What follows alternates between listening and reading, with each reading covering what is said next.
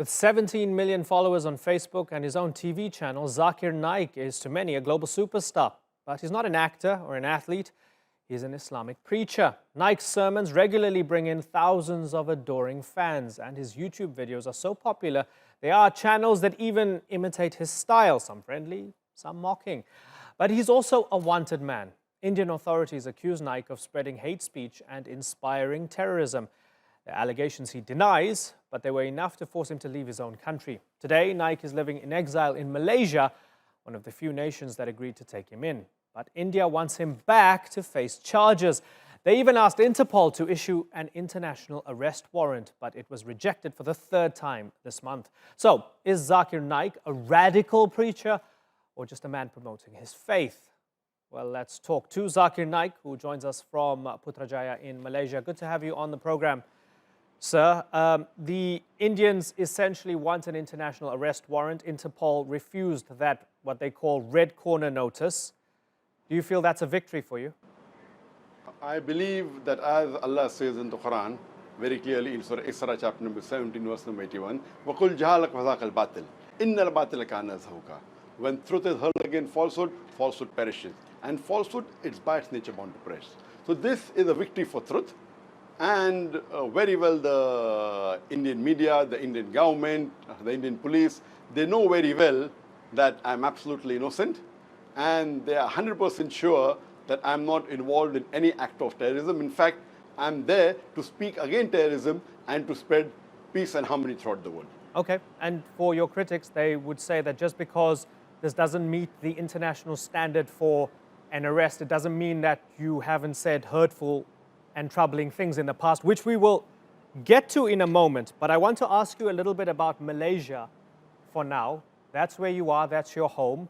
Do you believe that you have the support of Prime Minister Mahathir?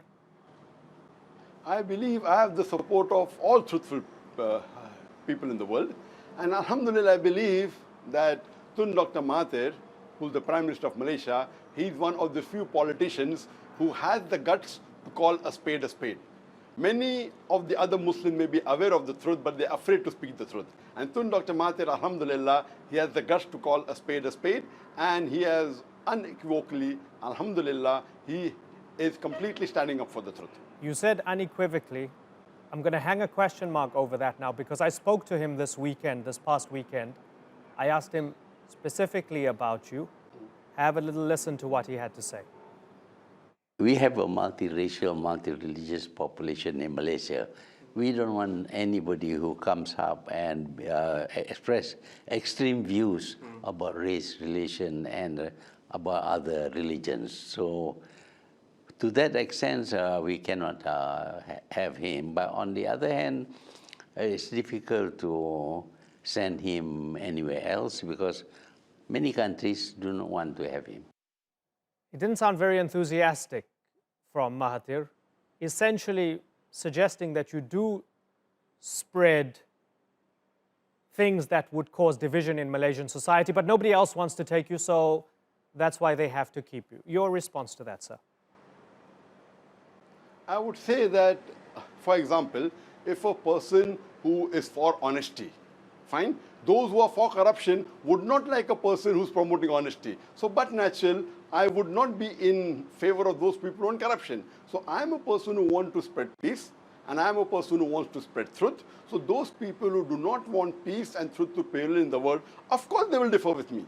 Just because they differ with me, that does not mean I'm wrong. Mahathir Mohamad is essentially saying he doesn't support you. Malaysia is a multicultural Certainly, society. he says he doesn't support you. He doesn't support you, but he has to keep you.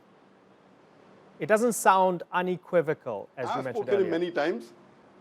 When he spoke to me, he was absolutely unequivocal.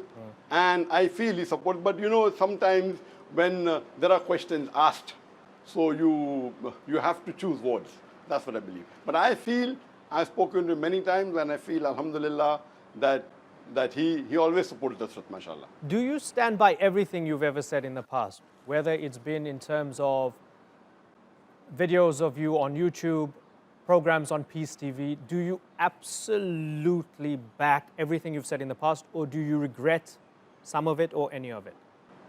I say that I stand by almost all the things, unless when someone points out that I've made a mistake, then, but naturally, someone points out very clearly that I've made a mistake, then as a human being, I agree I've made a mistake. But as far as my knowledge goes, I would say almost all the things that I've said in the past, I don't regret.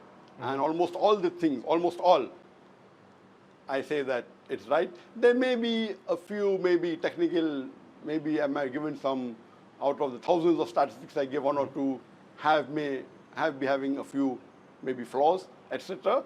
But as a whole, whatever I say. But there are many times that the context have changed. I've said something and a new incident takes place. So that thing, what I said at that time was applicable, may not be applicable after a few years, may not be applicable after about 10 years. So in such situation, what I said in context pertaining to that particular time, I stand by it. Okay. The times may change. Okay. The context may change. Okay. So depending upon the context, it may vary. Okay, so let me then ask you about your comments regarding Osama bin Laden. I'll quote it verbatim for the sake of the audience, right? You said, if bin Laden is fighting enemies of Islam, I am for him. If he is terrorizing America, the terrorist, biggest terrorist, I am with him. Every Muslim should be a terrorist. The thing is that if he is terrorizing the terrorist, he's following Islam.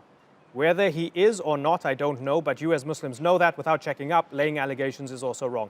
So is that something you now regret? Now, this statement, first of all, point to be noted, was never shown on the Peace TV, point number one. This statement I have heard later on, I have to check whether it is doctored or not. Because this was not shown on the Peace TV. It was the talk that took place in Singapore. Yeah. It's on YouTube. There are many fake videos available on YouTube. Just because you pick up something on YouTube doesn't mean it's a fact. So did you say it or did you not say it? There are many videos on say YouTube which are fabricated against me. It's available. So this lecture of mine was in 1998 in Singapore during question answer time. And I remember somebody asked me the question. Now, everything verbatim, I cannot vouch it is right or wrong. But if you ask me, at that time, this was before 9/11.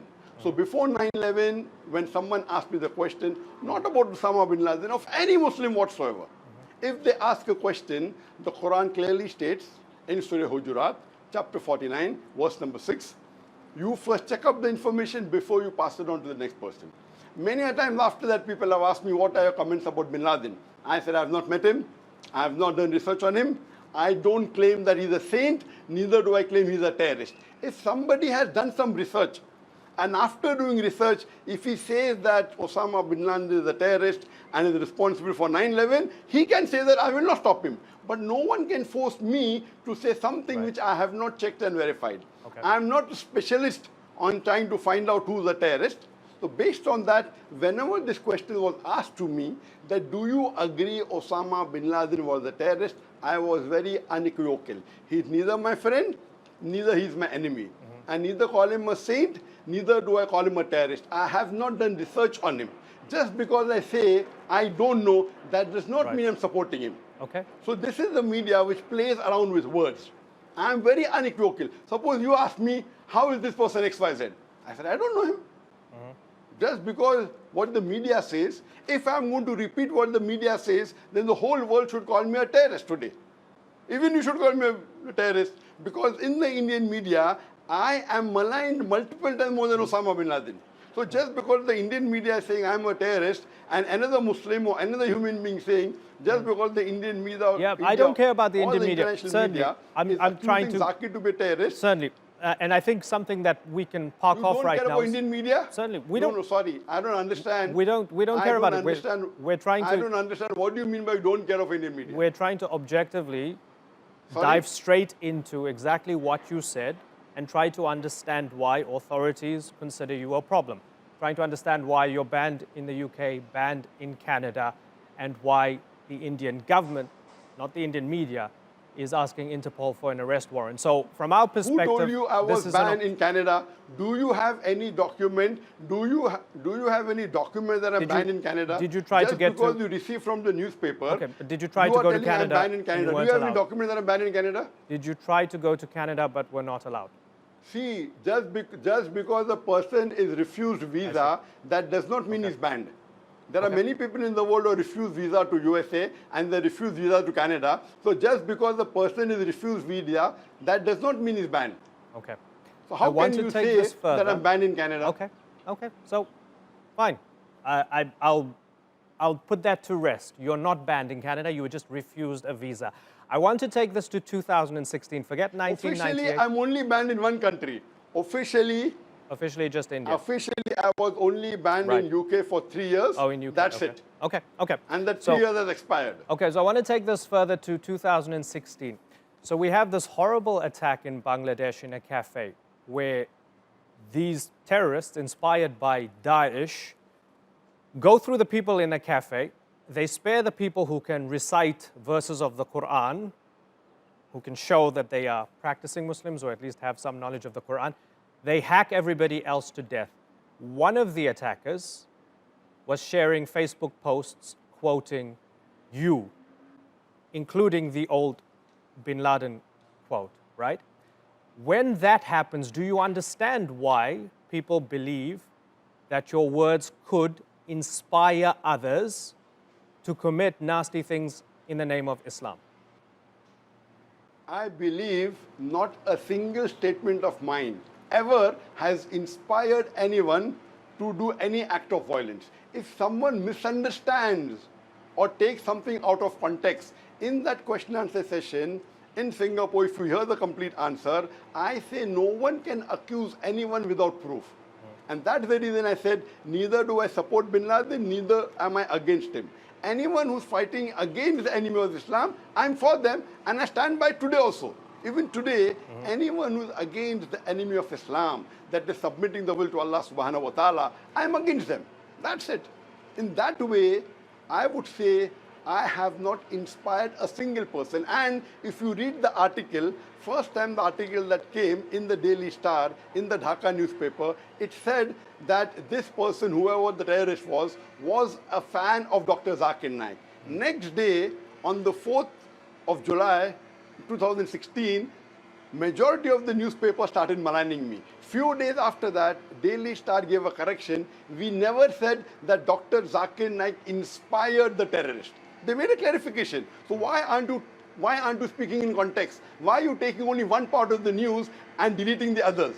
Well, so are you here to trap me and to take out something out of context? Part of the context is to give you the opportunity to respond. I would say that your research is not complete. If you do the complete research, the same only single newspaper reported against me. 1st July the attack took place. 3rd July 2016, the Daily Star gave an article on me. 4th of July, majority of the Indian newspaper went against me. Few days later, they gave a correction. They gave a correction that we never say that Zakir Naik inspired the terrorist. So when the newspaper is clarifying, why do you say that I inspired it? I have not said that Again, to you. one more thing. I'm asking one more thing. If you believe that your words have no consequences. I'm giving you a real life example of somebody who quotes you and does something terrible afterwards, and I'm asking you, doesn't it perhaps suggest that your words have consequences? That is false information. Okay. Okay, we can put it aside. Let's move on then. Secondly, if you read the charge sheet, let me complete. If you read the charge sheet, if you read the charge sheet of the Bangladesh attack, my name is not mentioned. Right. If I was the main inspired in the Bangladeshi charge sheet when the person was accused of doing terrorism, my name should have been there. It's not there. Right. It is only there in the media. Okay. Again, whenever they catch any Muslim who's done a terrorist attack, many of them have my videos. Okay, so for the sake of our audience, let me then read what the ED, which is responsible for investigating financial crimes in India, says about you. This is the charge sheet against you, right? Forget Bangladesh for a moment. It was filed under the Prevention of Money Laundering Act in Mumbai, and it says, you use funds from dubious or suspicious sources to purchase property and finance events where you make inflammatory speeches and lectures, and you have inspired and incited Muslim youths in India to commit unlawful activities and terrorist acts. His thoughts created disharmony amongst various faiths and created hatred amongst people following different faiths. I'm just going to put that down on the record. But I want to ask you about an analogy that you tend to give, and you've given more than once, in Q&As, as well as sit-down interviews.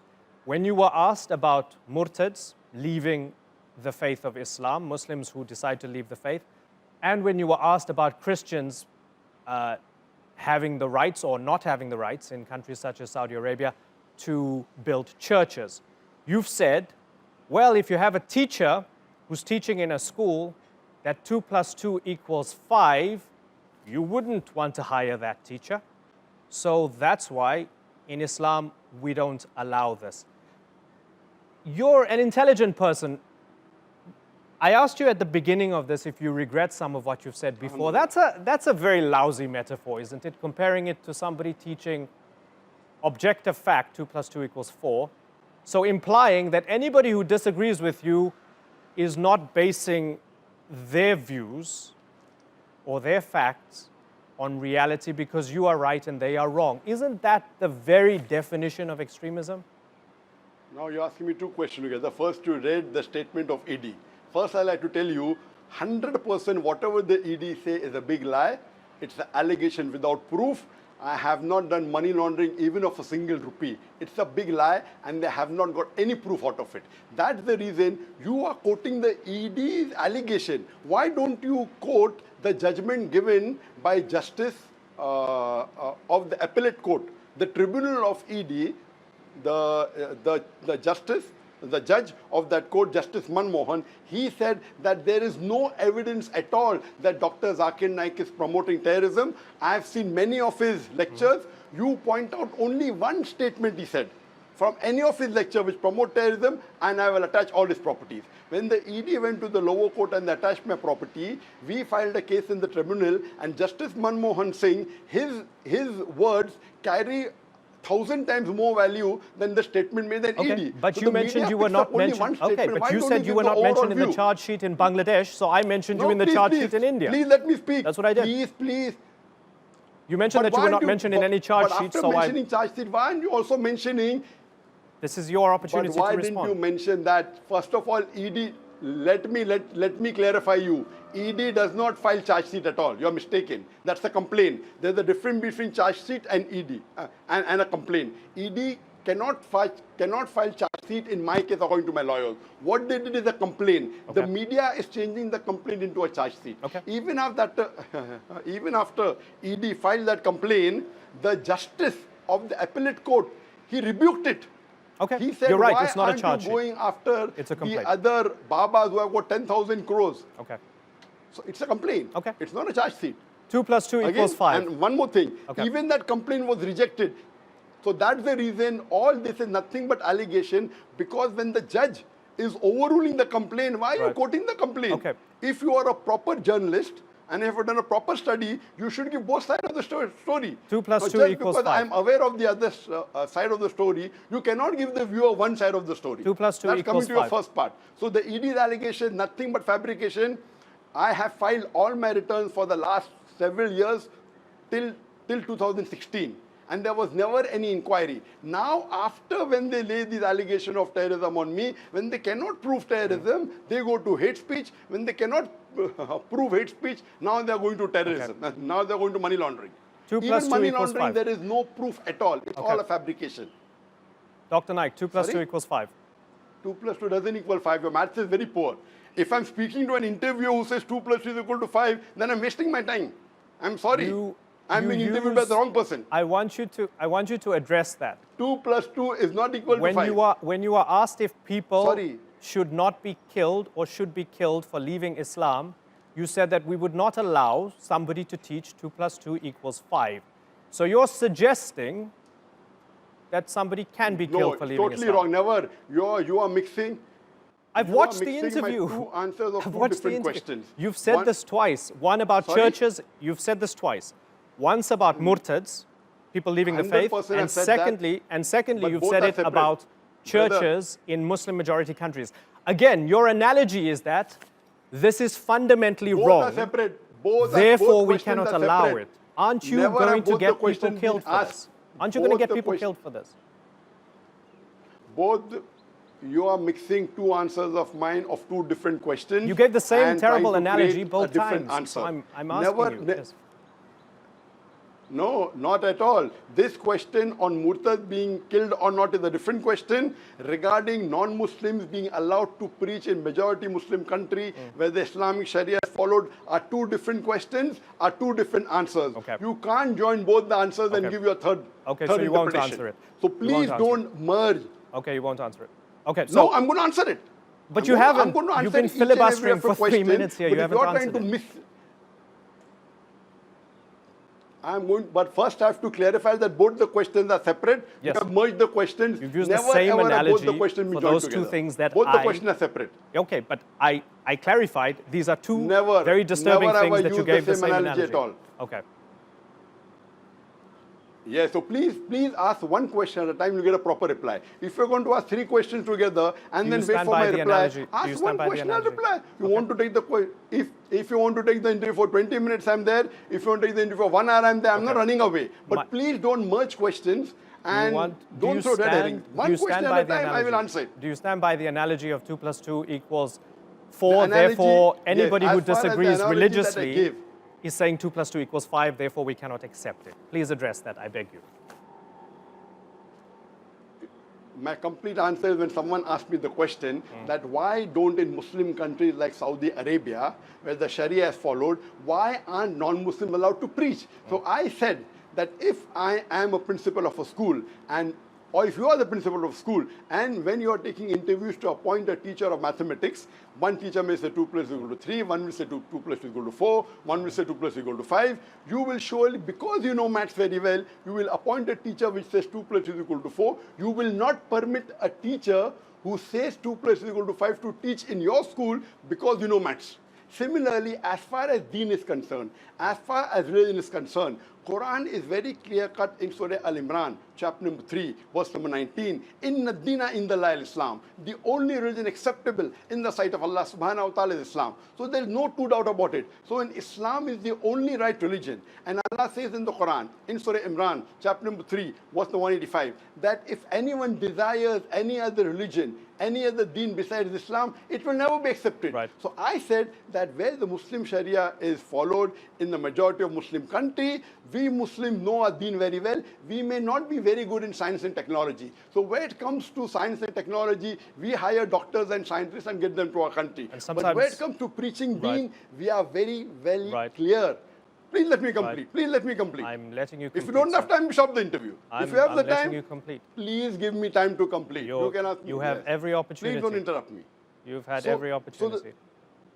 Sure. Let the interview go for 5 hours, 10 hours, no problem. I'm here.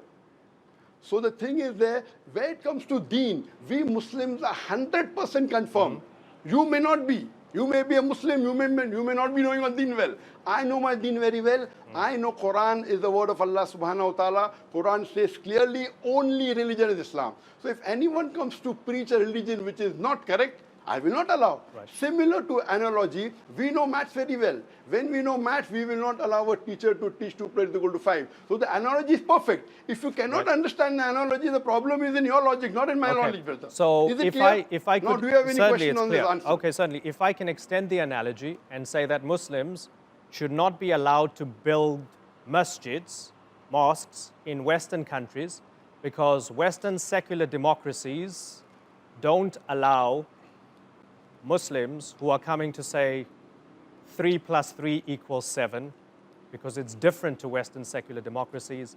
Therefore, Muslims should not be allowed to propagate Islam or build mosques. Would you accept that?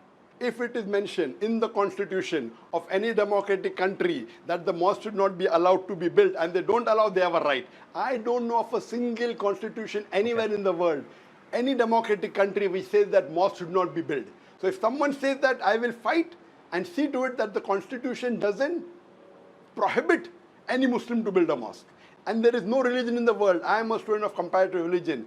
Neither in the Bible, in Christianity, neither in the Vedas, in Hinduism, no religion except Islam is unequivocally clear that Islam is the only right deen. When you read the Bible, there is no statement anywhere in the Bible which says that Christianity is the only correct religion. There is no statement in the Hindu scripture which says Hinduism is the only correct religion. I am a student of comparative religion. If suppose a country is following the Christian law and if the Bible says that no other religion is correct, They have a full right to say that Islam cannot be propagated in that country. But I don't know of any such religion. I don't know of any such constitution. You are giving a hypothetical statement that in democracy, if they say 3 plus 2 is equal to 7, in democracy, no one will say that.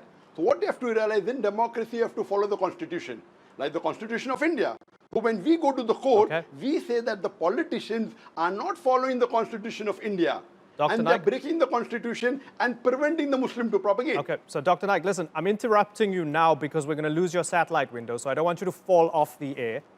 I really appreciate you taking the time to talk to us and for clarifying some of this. I've enjoyed this, and I wish you all the best, sir.